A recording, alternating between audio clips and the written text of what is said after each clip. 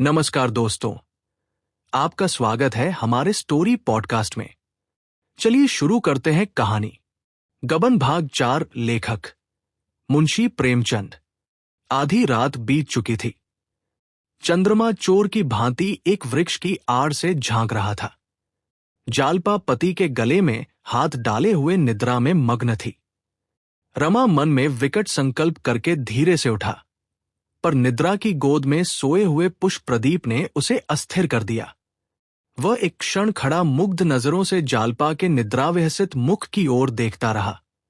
कमरे में जाने का साहस न हुआ, फिर लेट गया।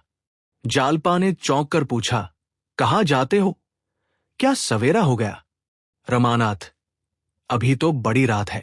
जालपा, तो तुम बैठे क्यों हो? रमानाथ, कुछ नहीं, जरा पानी पीने उठा था। जालपा ने प्रेमातुर होकर रमा के गले में बाहें डाल दी और उसे सुलाकर कहा, तुम इस तरह मुझ पर टोना करोगे तो मैं भाग जाऊंगी। न जाने किस तरह ताकते हो, क्या करते हो, क्या मंत्र पढ़ते हो कि मेरा मन चंचल हो जाता है। बासंती सच कहती थी, पुरुषों की आंख में टोना होता है। रमा ने फटे हुए स्वर में कहा, टोना नहीं कर रहा हूं, आंखों की प्यास बुझा रहा हूं। दोनों फिर सोए, एक उल्लास में डूबी हुई, दूसरा चिंता में मग्न। 3 घंटे और गुजर गए। द्वादशी के चांद ने अपना विश्व दीपक बुझा दिया। प्रभात की शीतल स्मीर प्रकृति को मद के प्याले पिलाती फिरती थी। आधी रात तक जागने वाला बाजार भी सो गया। केवल रमा अभी तक जाग रहा था। मन में भांति भांति के तर्क वितर्क उठने के कारण वह बार बार उठता था और फिर लेट जाता था। आखिर जब 4 बजने की आवाज कान में आई तो घबराकर उठ बैठा और कमरे में जा पहुंचा। गहनों का संदूकचा अलमारी में रखा हुआ था। रमा ने उसे उठा लिया और थरथर कांपता हुआ नीचे उतर गया। इस घबराहट में उसे इतना अवकाश न मिला कि वो कुछ कहने छांट कर निकाल लेता। दयानाथ नीचे बरामदे में सो रहे थे। रमा ने उन्हें धीरे से जगाया। उन्होंने हक बकाकर पूछा, कौन? रमा ने होंठ पर उंगली रखकर कहा, मैं हूं। ये संदूकची लाया हूं, रख लीजिए। दयानाथ सावधान होकर बैठ गए।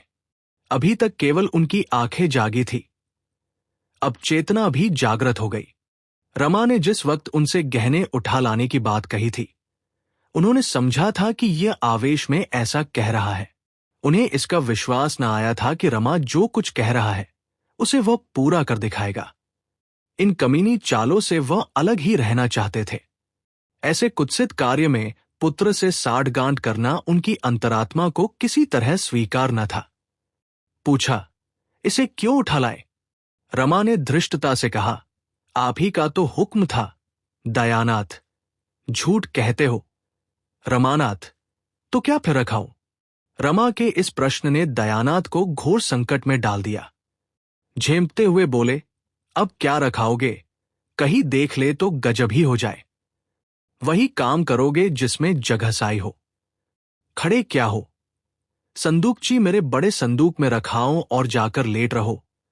कहीं जाग पड़े तो बस। बरामदे के पीछे दयानाथ का कमरा था। उसमें एक देवदार का पुराना संदूक रखा था। रमा ने संदूकची उसके अंदर रख दी और बड़ी फुर्ती से ऊपर चला गया। छत पर पहुंचकर उसने आहट ली। जालपा पिछले पहर की सुखद निद्रा में मग्न थी। रमा ज्यों ही चारपाई पर बैठा, जालपा चौंक पड़ी और उससे चिमट गई। रमा ने पूछा, क्या है? तुम चौंक क्यों पड़ी? जालपा ने इधर उधर प्रसन्न नजरों से ताक कर कहा, कुछ नहीं, एक स्वप्न देख रही थी। तुम बैठे क्यों हो? कितनी रात है अभी? रमा ने लेटते हुए कहा, सवेरा हो रहा है। क्या स्वप्न देखती थी? जालपा, जैसे कोई चोर मेरे गहनों की संदूकची उठाए लिए जाता हो। रमा का हृदय इतने जोर से धक धक करने लगा मानो उस पर हथौड़े पड़ रहे हों। खून सर्द हो गया। उसे संदेह हुआ कि कहीं इसने मुझे देख तो नहीं लिया। वो जोर से चिल्ला पड़ा, चोर, चोर। नीचे बरामदे में दयानाथ भी चिल्ला उठे, चोर, चोर।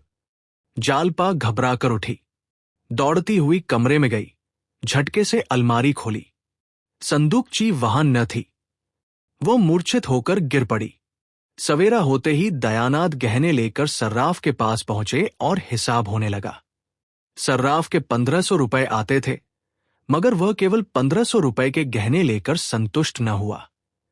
बिके हुए गहनों को वो बट्टे पर ही ले सकता था। बिकी हुई चीज कौन वापस लेता है? रोकड़ पर दिए होते तो दूसरी बात थी। इन चीजों का तो सौदा हो चुका था।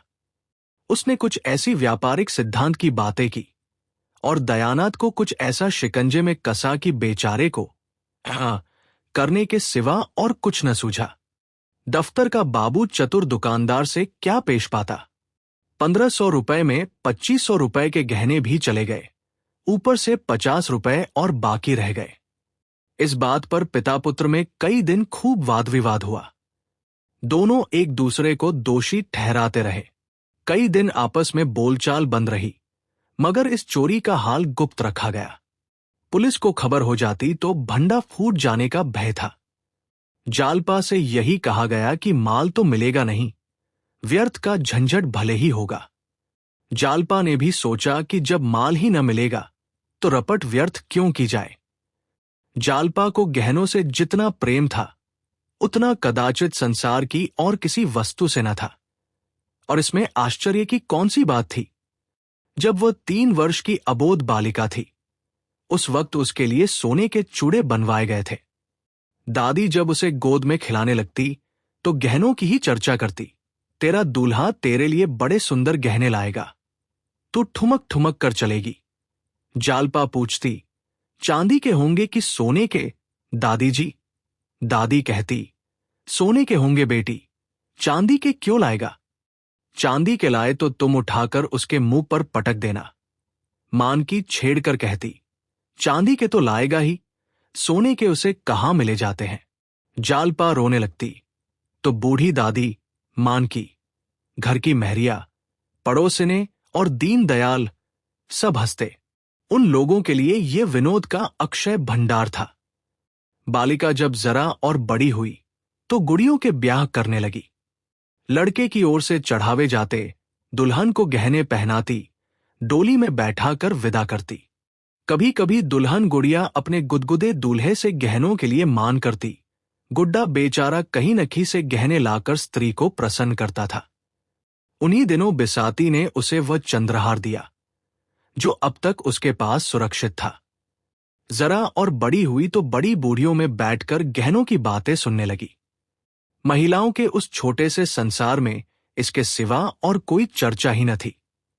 किसने कौन कौन से गहने बनवाए, कितने दाम लगे, ठोस हैं या पोले, जड़ाऊ हैं या सादे, किस लड़की के विवाह में कितने गहने आए, इन्हीं महत्वपूर्ण विषयों पर नित्य आलोचना प्रत्यालोचना, टीका टिप्पणी होती रहती थी।